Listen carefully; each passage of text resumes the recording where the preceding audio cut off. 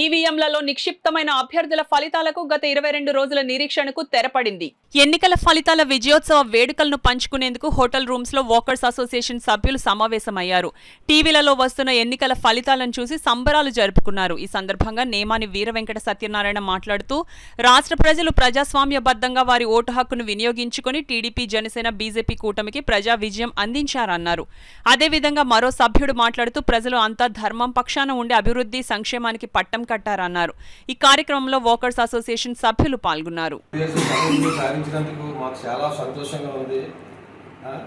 155 స్థానాలు దాటి వస్తుంది అనుకుంటున్నాము. ఇంత ఘన విజయానికి ప్రజాస్వామ్యం మళ్ళీ కాపాడారు ప్రజలందరూ. కొండబాబు గారికి మంత్రి ఇస్తారని ఆశిస్తున్నాం. ఎందుకంటే ప్రజల్లో ఉన్న అసంతృప్తి అది ఈ క్రెడిట్ ఎవరికి అంటే వైసీపీకే వస్తుంది.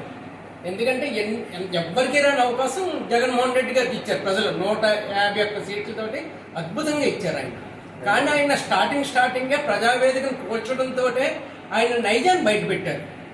ఆయన చేసిన తప్పులు 101 తప్పులు దాటిపోయి ఈవేళ జరగాల్సిన శాస్తి జరిగింది, ఆంధ్రాకి జరగాల్సిన మంచి జరిగింది.